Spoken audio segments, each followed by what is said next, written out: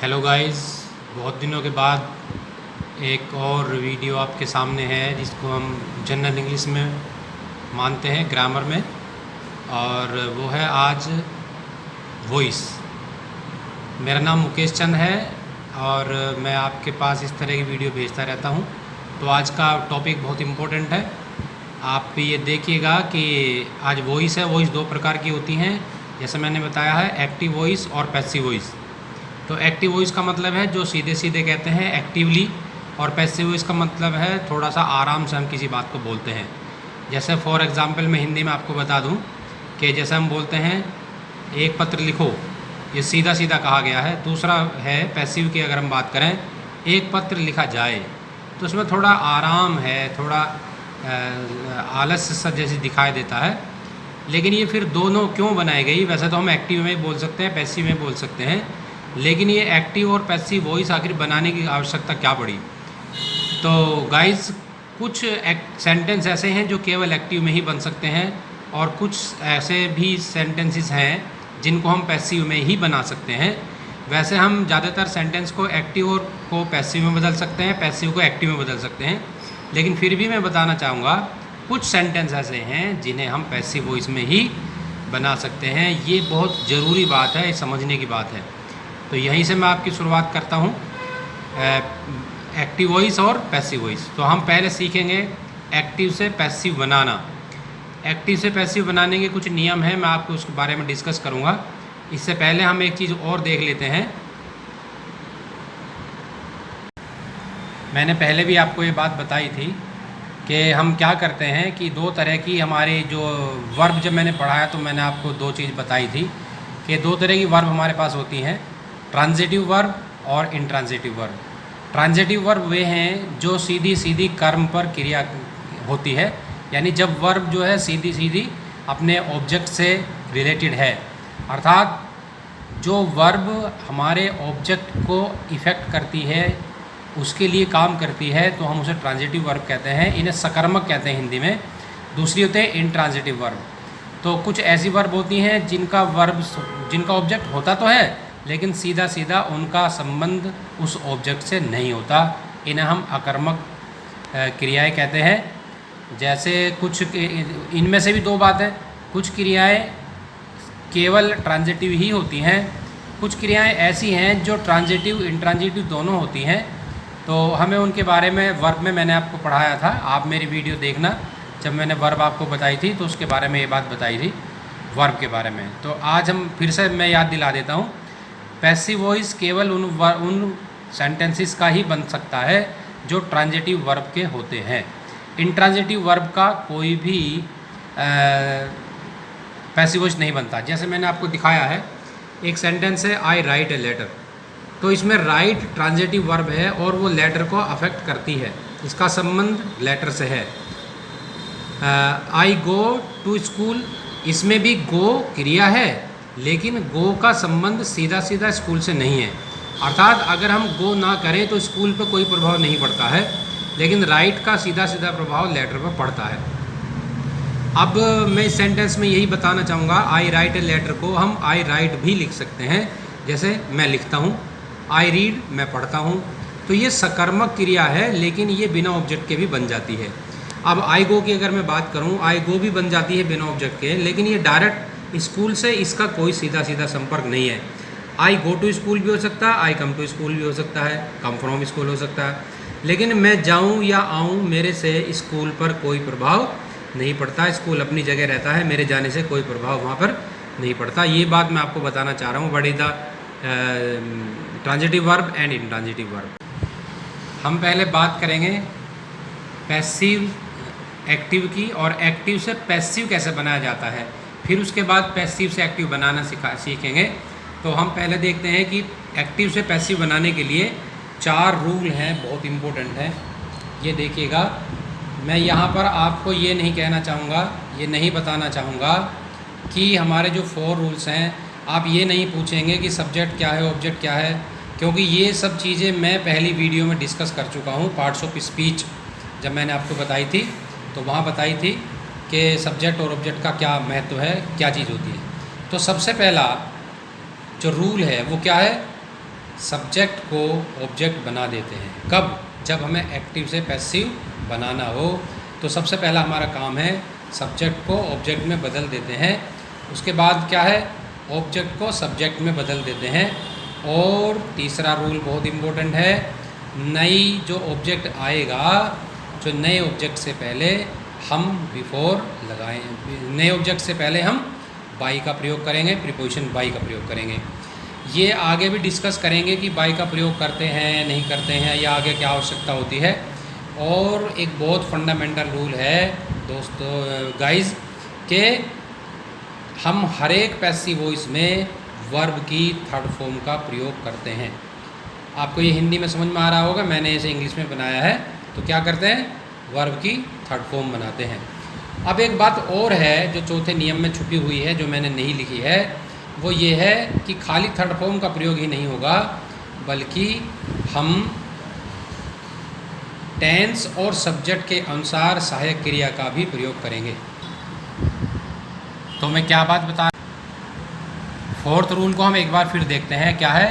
Use third form of verb, verb means main verb, and use helping verb according to tense and subject. I mean to say, मेरा कहने का मतलब है कि हम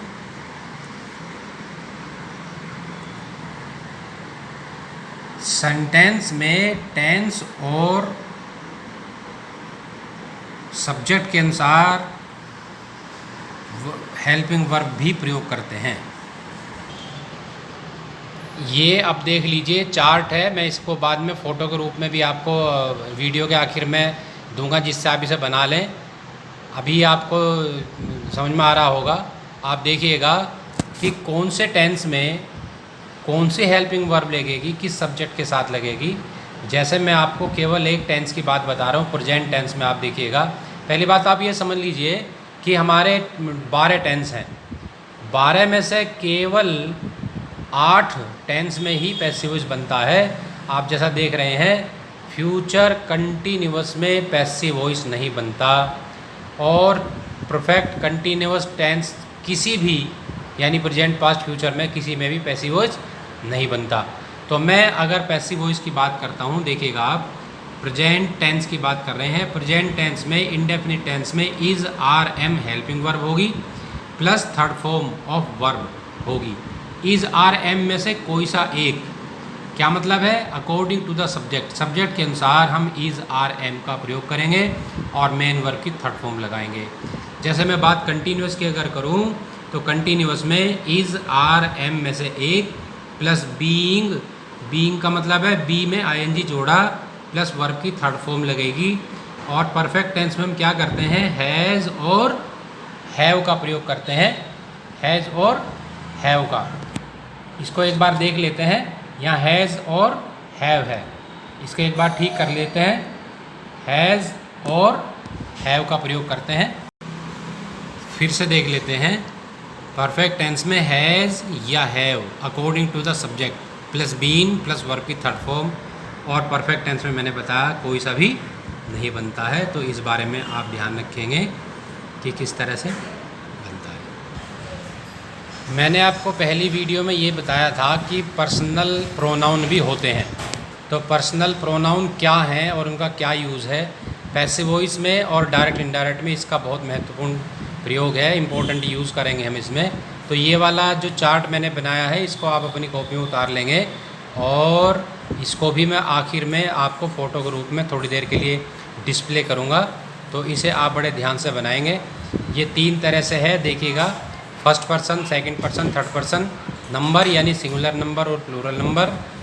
ऊपर है नॉमिनेटिव केस, देखिएगा, नॉमिनेटिव केस, ऑब्जेक्टिव केस और पॉजेसिव केस। तो ये सब आई मी माई गए, इससे क्या फ़ायदा होगा, हमें ये देखेंगे कि कौन से सब्जेक्ट का कौन सा ऑब्जेक्ट है। नॉमिनेटिव केस का मतलब सब्जेक्ट, ऑब्जेक्टिव केस का मतलब है ऑब्जेक्ट, और पॉजेसिव केस का मतलब है कौन से सब्जेक्ट के साथ अपने की अंग्रेजी क्या लगती है। तो बड़े ध्यान से इसको आप देखेंगे और पढ़ेंगे, ये बहुत यूज़ होने वाला है। अब मैं एक छोटा सा एग्जाम्पल लूँगा, एक एग्ज़ाम्पल लेते हैं। जैसे एक एग्ज़ाम्पल बहुत सिंपल है, जिसे आप सब देखते भी हैं, समझते भी हैं, जानते भी हैं। आई लव यू, ये एक सेंटेंस है। इस सेंटेंस में हमें क्या ख़ास है, यानी मैंने ऐसे सेंटेंस लिया है जो आप आसानी से समझ सकते हैं। First of all we have to know about verb. सबसे पहले हम ढूंढेंगे वर्ब। तो यहाँ वर्ब क्या है, जैसा आप देख रहे हैं, या लव जो है वर्ब है।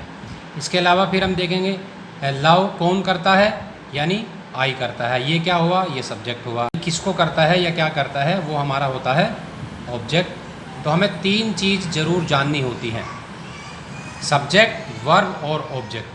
तो हमें क्या क्या करना है अकॉर्डिंग टू द रूल अगर मैं बात करूं, सबसे पहला रूल क्या है, सब्जेक्ट को ऑब्जेक्ट बनाते हैं।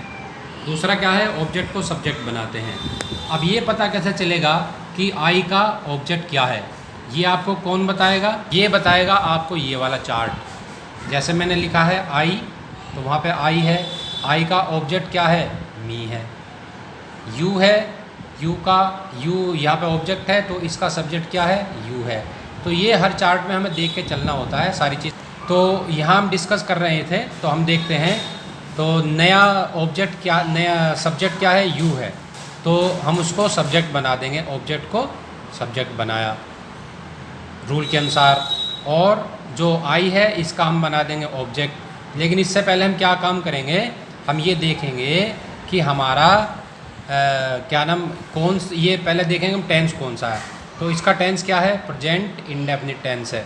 प्रेजेंट इंडेफिनिट टेंस से साथ कौन सी सहायक क्रिया लगनी चाहिए, इसके बारे में हम यहाँ देखेंगे। देखिए ये प्रेजेंट टेंस है, इंडेफिनिट टेंस है, तो यू के अनुसार हमारा सहायक क्रिया आनी चाहिए आर, और वर्ब की थर्ड फॉर्म।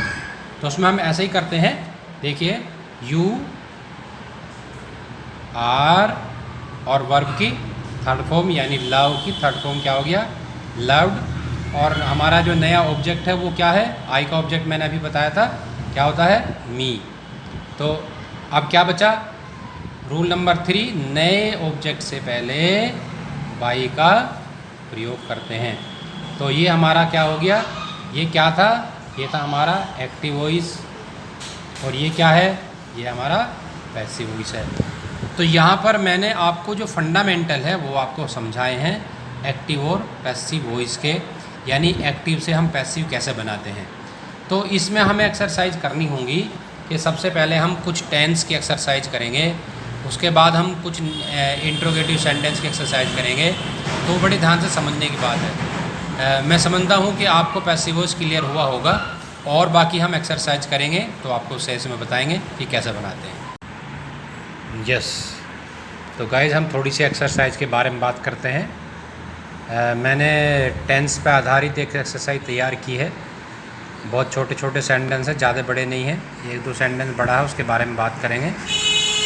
तो हम देखते हैं कि आई राइट ए लेटर। तो अब हमें कोई भी क्वेश्चन करने से पहले, कोई भी एक्टिव से पैसिव करते समय हम सबसे पहले क्या काम करेंगे, हम अपनी वर्ब को ढूंढेंगे, क्योंकि वर्ब ही हमें बताती है कि कौन सा टेंस है। तो जैसे कि पहला सेंटेंस है आई राइट ए लेटर, तो ये कौन से टेंस में आता है, ये आता है प्रेजेंट इंडेफिनिट टेंस में। तो हम प्रेजेंट इंडेफिनिट टेंस में हम क्या करेंगे, सब्जेक्ट का ऑब्जेक्ट बनाएंगे, ऑब्जेक्ट का सब्जेक्ट बनाएंगे और वर्ब की थर्ड फॉर्म लगाएंगे। लेकिन इससे पहले हम ये देखेंगे कि हेल्पिंग वर्ब कौन सी लगेगी। जैसा कि हम देख चुके हैं प्रेजेंट इंडेफिनिट टेंस में is are am plus verb की थर्ड फॉर्म, अर्थात इज़ आर एम में से कोई सा एक लगेगा। तो हम उसी के अनुसार आगे का सेंटेंस बनाएंगे, देखते हैं। यहाँ मैंने आपके लिए जो सोल्व कर दिए सेंटेंस। तो पहला सेंटेंस हम देखते हैं, आई राइट ए लेटर का क्या बना। सबसे पहले हमने क्या काम किया, ऑब्जेक्ट का सब्जेक्ट बनाया यानी ए लेटर, उसके बाद सब्जेक्ट का ऑब्जेक्ट बनाया यानी बाई मी बनाया, और उससे पहले बाई लगाया। अब यहाँ लेटर के अनुसार सहायक क्रिया होती है इज और वर्ब की थर्ड फॉर्म। तो हमारा सेंटेंस क्या बना, a letter is written by me. दूसरा सेंटेंस की अगर हम बात करें, ही हेल्प्ड मी, ये पास्ट इंडेफिनिट का टेंस है और इसमें ही का ऑब्जेक्ट हो जाएगा, आप ऑब्जेक्ट के अनुसार देखेंगे, हिम, मी का सब्जेक्ट हो जाएगा आई, और हेल्प्ड थर्ड फॉर्म है ही, यानी सेकंड और थर्ड बराबर है, इसमें हम सहायक क्रिया लगाएंगे आई के अनुसार। तो हमारा सेंटेंस क्या बन कर के आया, दूसरा, I was helped by him. आप चाहें तो इनका स्क्रीनशॉट ले सकते हैं अलग अलग से, लेकिन मैं आपको इस तरह से टाइम चूँकि कम है, वरना एक एक सेंटेंस आपको मैं बना के दिखाता। अब बात करते हैं तीसरा सेंटेंस। तीसरा सेंटेंस है सी विल राइट ए स्टोरी। तो सी का ऑब्जेक्ट हो जाएगा हर, ए स्टोरी जो का त्यों, विल हमें बता रहा है ये फ्यूचर टेंस है, राइट की थर्ड फॉर्म होगी रिटिन। तो हमारा क्या बन करके आता है ये हम देखते हैं। A story will be रिटिन by her. आपकी अगर समझ में ना आए तो आप मेरे से फ़ोन करके पूछ सकते हैं किस तरह से बनेगा। अब हम चौथे सेंटेंस की बात करते हैं। चौथा सेंटेंस है राजन इज सॉल्विंग ए सम। तो इसका ये हमें पता चल रहा है कि ये प्रेजेंट कंटिन्यूस का टेंस है। देखिए, अगर आप टेंस नहीं पहचान सकते हैं तो पैसिव वॉइस आपसे नहीं बनेगा, सबसे बात है। तीन चार चीज़ें बहुत ज़रूरी हैं। टेंस की पहचान होनी चाहिए, सब्जेक्ट की पहचान होनी चाहिए, ऑब्जेक्ट की पहचान होनी चाहिए और वर्ब की। तो नंबर फोर सेंटेंस है, आप देखिएगा। ए सम चूँकि ऑब्जेक्ट बन था, ये सब्जेक्ट बन गया।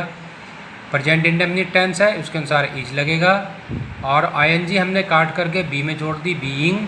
और सोल्व का थर्ड फॉर्म लगाएंगे सोल्ड, और नया ऑब्जेक्ट हमारा हो गया राजन, से पहले बाय लगाएंगे। A sum is being sold by Rajan. अब हमारा पांचवा सेंटेंस है they were abusing the thief. इसको आप देखेंगे, पांचवा सेंटेंस है they were abusing the thief. ये पास्ट कंटिन्यूस का टेंस है, तो इसका हमारा क्या बन करके आया देखिएगा। The thief was being abused by them.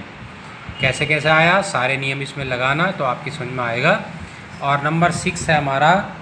Number 6 में हमारा Chinki will be telling a tale, यानी चिंकी एक कहानी सुनाएगी।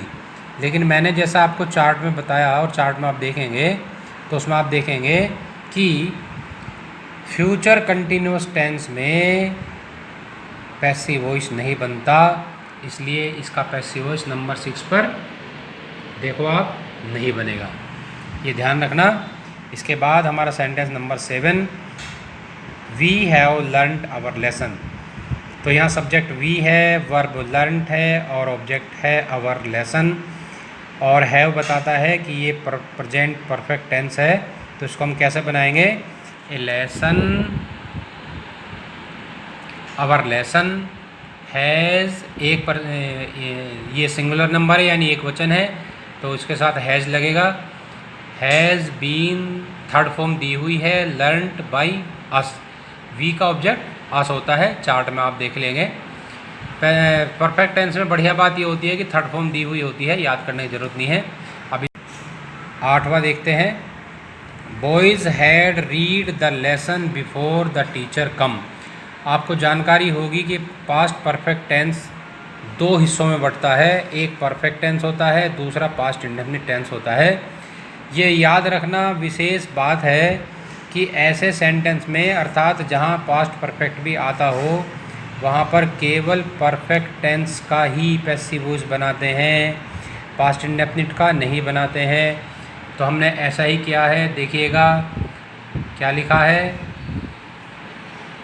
The lesson had been read, third form read ही होती है, रीड होती है, बोला रेड जाता है बाई बॉयज़।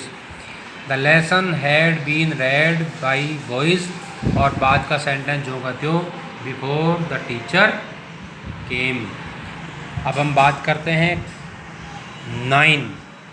ये फ्यूचर परफेक्ट का टेंस है। Girls will have sung the song before you came, before you कम।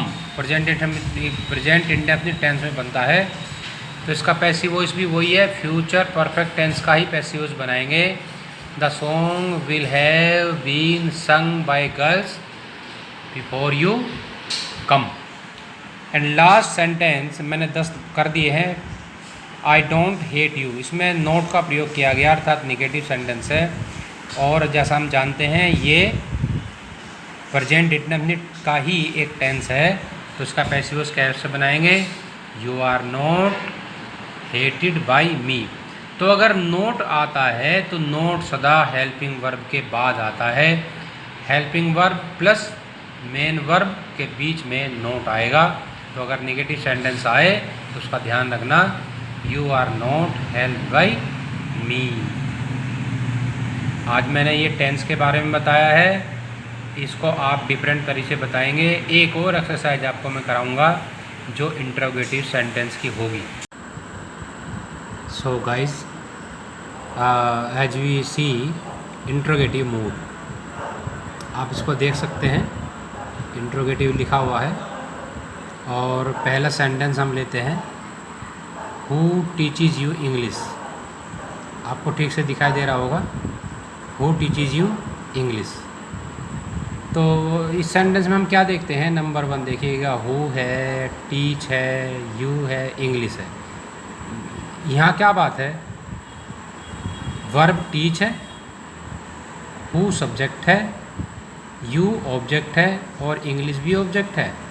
एक डायरेक्ट ऑब्जेक्ट है, एक इनडायरेक्ट ऑब्जेक्ट है। ऐसे सेंटेंस में हम दोनों में से कोई सा एक ऑब्जेक्ट को सब्जेक्ट बना सकते हैं। सबसे पहले हमें देखना है हु। हु क्या है, सब्जेक्ट है। और इंग्लिश में याद रखो, सदा हु जो है एज ए सब्जेक्ट काम करता है। जहाँ हु लिख रहा हो वहाँ आप राम लिख दें तो वही काम करेगा।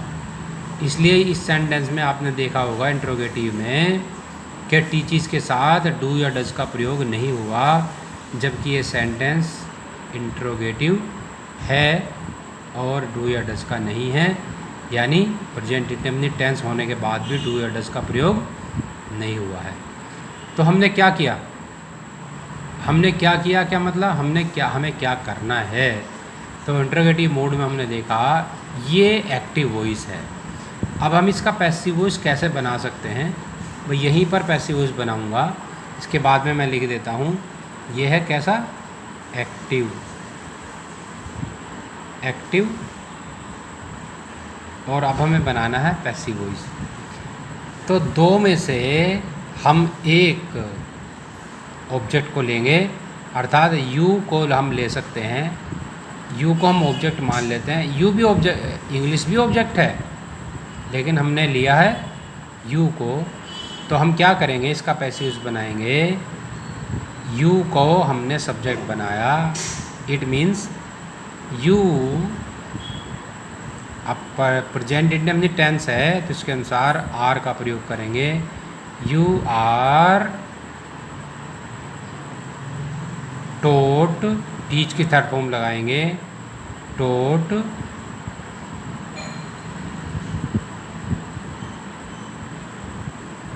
इंग्लिश ही साथ में ले लेंगे, इंग्लिश।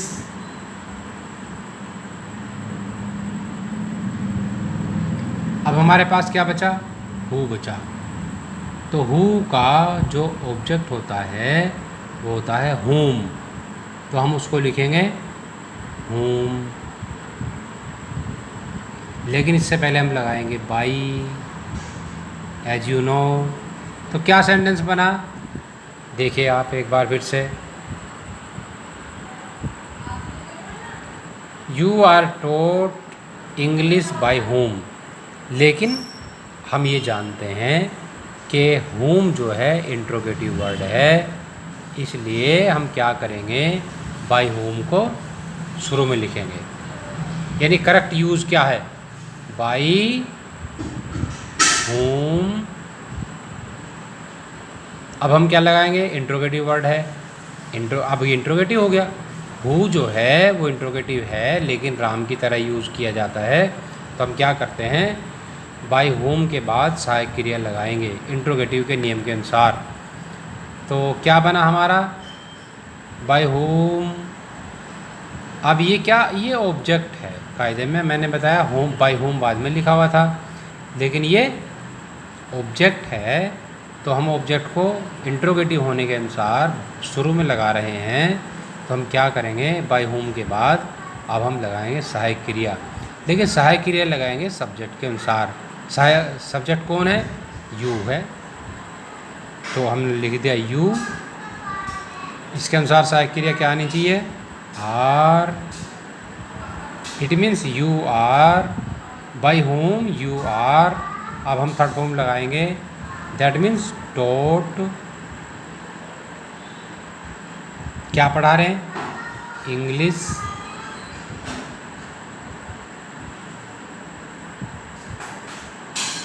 बाय होम, देखिए ध्यान से देखिएगा, अब ध्यान से देखो, by whom are you taught English, taught में आप टी बना दीजिए, by whom are you taught English. अब इसके बाद क्वेश्चन मार्क ज़रूरी है, चूँकि ये सेंटेंस इंट्रोगेटिव है, यहाँ भी हम इंट्रोगेटिव लगाएंगे, है ना। तो बीच में जो मैंने लिखा है वो आपको समझाने के लिए लिखा था, अब आप समझ लीजिएगा प्लीज़, कि क्या बना, by whom are you taught English, ये हमारा करेक्ट यूज़ है, ये हमने आपको समझाने के लिए लिखा था। तो ये क्या हो गया, इंट्रोगेटिव का एक सेंटेंस है जो मैंने आपको बताया कि by whom are you taught English. आप समझ सकते हैं इस बात को इजीली। दूसरा सेंटेंस हम लेते हैं, व्हाट आर, जैसा कि आप देख रहे हैं मेरे पास वाइट बोर्ड नहीं है, मैं बड़ी परेशानी में, ये समझ लीजिए, लाइट भी नहीं है, बस कैसे न कैसे ये वीडियो बनाई जा रही है। तो व्हाट आर यू डूइंग, ये एक सेंटेंस है, व्हाट आर यू डूइंग, मैं आपको समझाने के लिए कोशिश कर रहा हूँ। तो हम इसमें क्या देखते हैं, ये सेंटेंस क्या है, ये प्रेजेंट कंटिन्यूअस टेंस है, व्हाट आर यू डूइंग। तो हम इसमें क्या क्या देखते हैं, हम देखते हैं वर्ब क्या है, सबसे पहले हम वर्ब देखेंगे, डूइंग है, सब्जेक्ट क्या है, यू है, ये सब्जेक्ट है, ये क्या है, ये वर्ब है, और इसमें सब ऑब्जेक्ट बता सकते हो आप क्या है, इसमें ऑब्जेक्ट है व्हाट, आप समझ रहे हो, ये ऑब्जेक्ट क्या है, व्हाट है। इस सेंटेंस का अगर हिंदी में हम बात करें तो इस सेंटेंस का मतलब हुआ कि आप क्या कर रहे हैं, तो आप क्या है, सब्जेक्ट है, डूइंग कर रहे हैं, आर लगा है, व्हाट ऑब्जेक्ट है, ऑब्जेक्ट है, लेकिन फिर शुरू में क्यों लिखा है, शुरू में इसलिए लिखा है चूँकि व्हाट इंट्रोगेटिव वर्ड भी है, और according to the rule interrogative word को हम शुरू में लिखते हैं। तो ऐसे सेंटेंस में हम पैसिव वॉइस कैसे बनाएंगे, ये क्या था, ये एक्टिव वॉइस था। व्हाट चूँकि इंट्रोगेटिव वर्ड है, इसलिए हम इसका पैसिव वॉइस बनाने के लिए क्या करेंगे, पैसिव वॉइस वर्ड को ही पहले लिखेंगे, और ऑब्जेक्ट है तो सब्जेक्ट भी हमारा व्हाट ही होगा। तो व्हाट, अभी हमारा सब्जेक्ट हो गया, पहले ऑब्जेक्ट था, तो इसके अनुसार हम सहायक क्रिया क्या लगाएंगे, इज लगाएंगे, व्हाट इज। अब ये टेंस कौन सा है, प्रेजेंट कंटिन्यूअस है, तो डू में आईएनजी लगी थी, तो हम इस आईएनजी को हम क्या कर देंगे, बी में लगा देंगे, और बन जाएगा बीइंग, और डू की थर्ड फॉर्म में हम लगाएंगे done, that means what is being done. अब क्या बचा, नया ऑब्जेक्ट बचा, नया ऑब्जेक्ट कौन है, यू है, तो यू के साथ हम क्या लगाएंगे फिर, और बाय लगाएंगे। तो सेंटेंस क्या बन के आया, what is being done by you, और ये चूँकि इंट्रोगेटिव है तो इसके बाद हम क्वेश्चन मार्क भी लगाएंगे।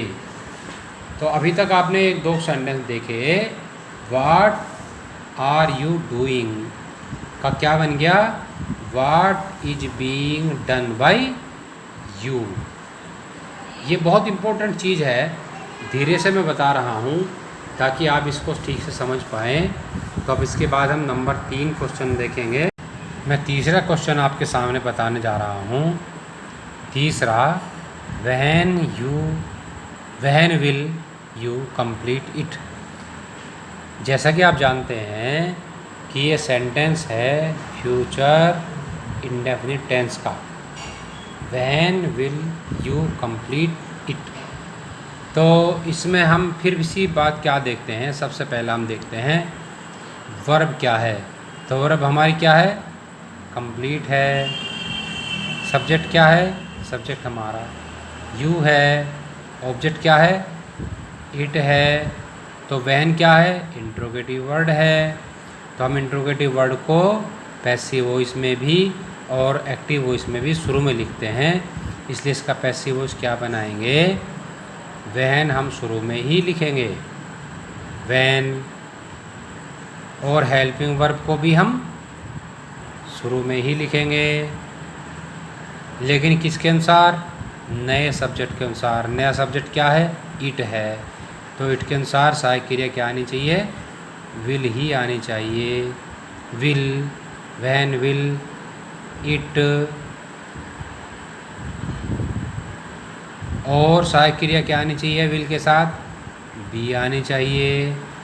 वहन, विल, इट। अब वर्ब की थर्ड फॉर्म आनी चाहिए। क्या शब्द है वो? कंप्लीट है। तो कंप्लीट को हम क्या लिखेंगे? कंप्लीटेड।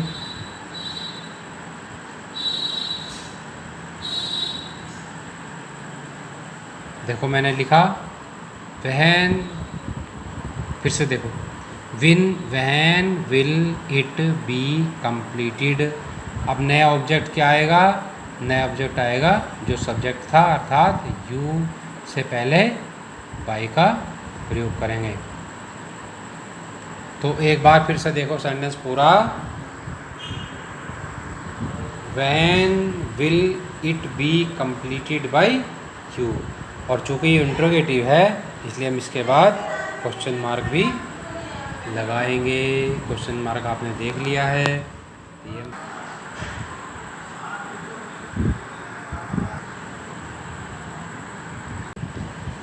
अब हमने क्वेश्चन नंबर लिया नेक्स्ट। आई एम सॉरी कि आप ये साफ से नहीं दिखा दे रहा हो आपको। नेक्स्ट क्वेश्चन लिया number 4। Where have you put my book? Interrogative है, तो आप ठीक से समझिएगा कि ये इंट्रोगेटिव है और कौन सा टेंस है? हैव के साथ वर्ब की थर्ड फॉर्म लगी है, अर्थात प्रेजेंट परफेक्ट टेंस है। Where have you put my book. तो हम इसमें क्या करेंगे? सबसे पहले हम ढूंढेंगे वर्ब को। वर्ब कौन है? पुट है। सब्जेक्ट कौन है? किसने रखा? आपने रखा, सब्जेक्ट हो गया। क्या रखा है? माई बुक रखी, ये ऑब्जेक्ट हो गया। तो हमें तीन चीज़ चाहिए, सब्जेक्ट, ऑब्जेक्ट और वर्ब। तीन चीज़ें होने बहुत ज़रूरी हैं, तभी हमारा पैसिव वॉइस बन पाएगा। हैव हमें बता रहा है कि ये हमारा परफेक्ट टेंस है। अब हम क्या करेंगे? इसका पैसिव वॉइस अगर हम बनाते हैं तो वेयर को तो हम शुरू में ही लिखेंगे, यानी वेयर जो का तो हो गया। नया ऑब्जेक्ट हमारा, नया जो सब्जेक्ट है वो क्या बनेगा? जो पहले ऑब्जेक्ट था, अर्थात माई बुक। ये ऑब्जेक्ट है, तो इसके अनुसार सहायक क्रिया क्या आनी चाहिए? इसके अनुसार आनी चाहिए has. Where has my book. अब क्या आएगा? अब आएगा main verb. Where has my book. और एक चीज़ और आएगी, आप चार्ट में देखना, बीन आएगा। बीन पुट, चूँकि थर्ड फॉर्म भी पुट ही है। नया ऑब्जेक्ट क्या आएगा? यू आएगा, अर्थात यू से पहले हम क्या लगाएंगे? बाई का प्रयोग करेंगे। तो हमारा सेंटेंस क्या बन के आया? Where has my book been put by you. अब इंट्रोगेटिव है तो क्वेश्चन मार्क भी आएगा, तो ये बात ध्यान रखेंगे हम। Where have you put my book का इंट्रोगेटिव पैसिव वॉइस क्या बना? P for passive voice. Where has my book been put by you, question mark लगा। सो फ्रेंड, मैंने कुछ एग्जाम्पल आपको दिए इंट्रोगेटिव के, ये आपको समझने होंगे और बहुत इम्पोर्टेंट है कि आप देखिए। मैं आपको वीडियो में जो दिखा सकता हूँ वो मिनिमम दिखा रहा हूँ, और आपको ये समझना होगा कि किस तरह से हम पैसिव वॉइस में इंट्रोगेटिव का प्रयोग करते हैं। कोई भी क्वेश्चन इस तरह का आता है तो आप उसमें मेरे से संपर्क कर सकते हैं। और ये मेरा नंबर है, आप इसको यूज़ कर सकते हैं और इस पे मेरे से कोई भी क्वेश्चन आप पूछ सकते हैं। प्लीज़ इसे नोट कर लीजिए और आप मेरे से किसी भी तरह की जो भी कोई क्वेश्चन है, क्वेरी है, आप मेरे से पूछ सकते हैं। अब मैं इसके बाद आपको एक वीडियो और शेयर करूँगा जिसमें हम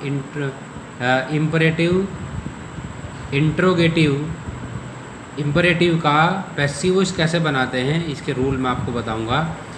और दोस्तों मैं आपको ये भी बताऊंगा अगली वीडियो में कि हम किस तरह से पैसिव का एक्टिव बनाते हैं। तो जैसा मैंने बताया है, बड़ी मुश्किल से एक वीडियो तैयार की गई है।